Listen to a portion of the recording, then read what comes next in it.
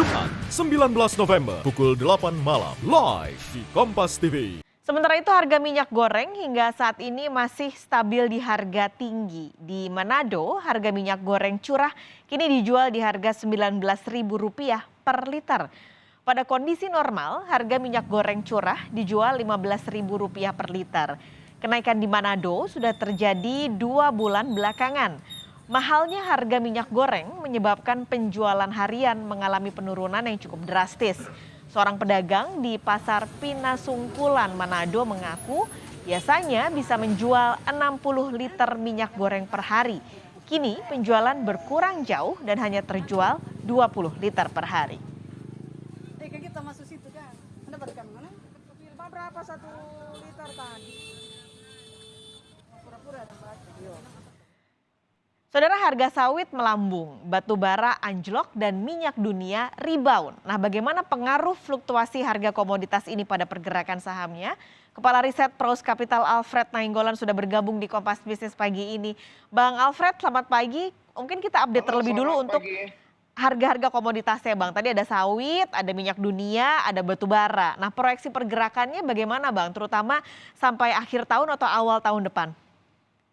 Ya, kalau kita lihat dari 3 komoditi ini, yang pertama saya mau ulas sedikit tentang coal ya, batu bara. Kalau kita lihat memang dalam sejak awal bulan kemarin memang terjadi penurunan yang cukup signifikan terhadap harga coal, dan kalau kita lihat juga penurunan ini disebabkan karena kenaikannya juga yang cukup signifikan di periode September sampai di Oktober. Jadi kalau kita lihat pada harga saat ini, sebenarnya harga coal masih pada level harga yang sangat baik sekali bagi para produsen batu bara ya. Jadi kalau kita lihat bagaimana ekspektasi kita ke depan terhadap coal, kalau kita lihat dari sisi chartnya ya, kita melihat bahwa coal sekarang udah masuk ke level konsolidasi di level 130 sampai 137 US dollar per metric tonnya. Jadi untuk harga saat ini saja, pada harga level tersebut sebenarnya sudah sangat menguntungkan sekali. Kalau kita lihat pada harga tertinggi udah melewati harga tertinggi di 2018. Sementara kalau kita tahu bahwa saham-saham 2008 maksud kami. Sementara saham-saham batu bara terbaiknya memang pada level-level tersebut ya, 2008, 2009, 2010. Jadi untuk pada level tersebut harga saham batu bara saat ini belum mencapai pada level tersebut. Sementara kalau tadi ekspektasi kita di dalam range 130 sampai 170 itu merupakan harga yang jauh lebih tinggi dibandingkan harga terbaik batu bara di era 2008 dan 2009.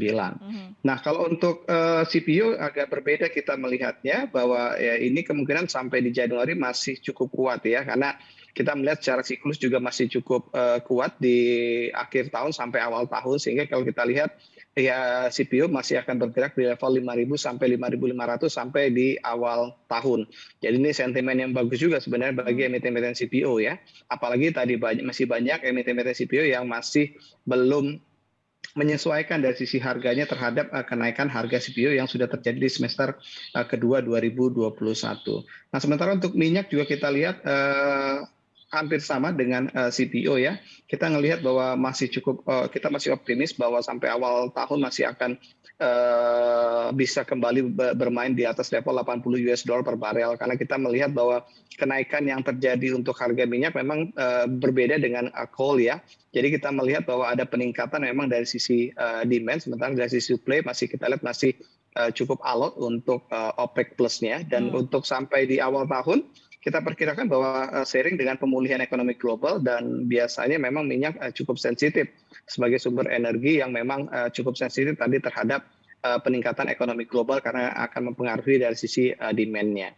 Jadi kalau kita lihat dari 3 tersebut, kita melihat bahwa yang relatif cukup solid harga komoditinya adalah CPO dan juga untuk oil. Sementara untuk batu bara sepertinya sulit untuk punya ekspektasi akan kembali lagi bermain di atas 250 US dollar per metric tonnya. Kita melihat bahwa ada range di 130 sampai 170 untuk harga komoditi. Berarti untuk ketiga tadi, sawit dan minyak kayaknya masih oke ke depannya. Nah, batu bara masih sudah terkonsolidasi di titik ini. Pengaruhnya gimana, Bang, untuk harga atau saham emiten masing-masing sektor ini? Ya, kalau kita lihat dari sisi harga saham ya, jadi kalau kita lihat harga saham memang cukup sensitif sebenarnya terhadap harga komoditi harian atau pergerakan harga komoditinya. Tapi yang juga perlu kita sampaikan bahwa nanti yang paling clear jelas bisa dilihat adalah bagaimana performa dari sisi result keuangannya ya, atau performa keuangan mereka seperti misalnya pendapatan mereka dan laba bersih mereka. Saya ambil contoh batubara meskipun terkoreksi itu dari awal November dari 270-an sekarang sudah berada pada level 150-an, hampir terkoreksi di atas 100 US dollar untuk batubara. Tapi kita masih melihat bahwa untuk result keuangan untuk emiten batubara kita akan sangat baik sekali sampai di kuartal keempat, bahkan nanti puncaknya nanti di kuartal pertama. Jadi nanti mungkin kalau secara harian mungkin akan sangat dipengaruhi. Tapi kalau kita lihat saat ini, saya ambil contoh harga untuk yang saham-saham sektor coal, sepertinya tekanan terhadap harga sahamnya dari efek pergerakan komoditinya sudah mulai tidak terlalu cukup besar lagi ya, karena pasar sudah mengekspektasikan bahwa result yang akan bisa menghasilkan, ambil contoh nanti dividen. Jadi kalau kita lihat emiten-emiten ini ya tadi bahwa yang yang CPO, yang oil relatif masih cukup bagus peluangnya ke depan untuk memanfaatkan momentum dari sisi harga. Mungkin coal yang tadi yang kita lihat bahwa untuk memanfaatkan momentum dari sisi harga sudah sangat terbatas karena tadi pergerakan harganya juga cenderung dalam fase konsolidasi, sehingga hanya mengharapkan tadi result keuangan imbas dari kenaikan harga coal. Dan kalau melihat kondisi ini tentu menunggu tadi result keuangan. Nah, jadi kalau untuk melihat dampak harga atau memanfaatkan momentum harga, mungkin kita lebih prefer tadi emiten-emiten di sektor CPO dan juga emiten-emiten di sektor oil. Oke, jadi yang harus diwaspadai oleh investor ini berarti batubara ya Bang untuk dalam awal tahun ke depan? Ya, kalau batubara sih tadi untuk memanfaatkan momentum harga komoditi sepertinya sudah sulit ya. Oke. Tapi kita juga melihat bahwa tekanan terhadap harga saham batubara juga sepertinya sudah mulai mereda karena kejatuhan harga coal dari periode awal November sampai saat ini. Jadi kita melihat bahwa batubara kemungkinan hanya menunggu sentimen tadi, performa keuangan yang kita tahu bahwa ini penyampaian atau resultnya kan bisa dibilang cukup jauh ya. Artinya kalau misalnya untuk yang terakhir nanti untuk full year 2021 mungkin akan dirilis nanti di Maret atau April. Tapi untuk ketiga sektor ini kita melihat bahwa batubara itu punya performa pembagian dividen yang jauh lebih besar dibandingkan emiten-emiten di sektor oil atau CPO. Itu juga mungkin yang membuat kenapa harganya juga ketika harga batubara drop di bulan November tidak serta-merta mendorong cukup dalam penurunan saham coal karena pasar masih melihat tadi potensi untuk dividen yang cukup besar nanti di awal tahun 2022.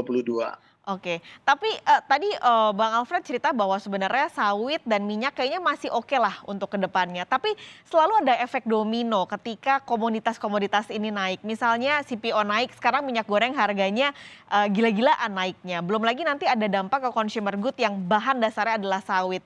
Nah ini investor, apa yang bisa dilakukan untuk investor kedepannya? Apakah ini bisa jadi salah satu yang harus diwaspadai kah untuk tahun depan dalam pergerakan sahamnya?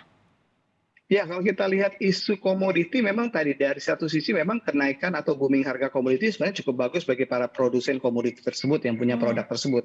Tapi di sisi lain jika kenaikannya juga cukup signifikan tentu akan bisa berpengaruh terhadap kenaikan inflasi. Jadi memang ini dari sisi sektoralnya atau produsen atau emiten berbasis komoditi memang diuntungkan. Tapi dari sisi makronya ini tentu dari sisi inflasi yang memang menjadi sentimen negatif. Jadi kalau sampai sejauh ini kita memang melihat, ambil contoh tadi di produk minyak goreng yang sudah mengalami kenaikan, tentu nanti akan ada penyumbang inflasi berkontribusi terhadap kenaikan inflasi.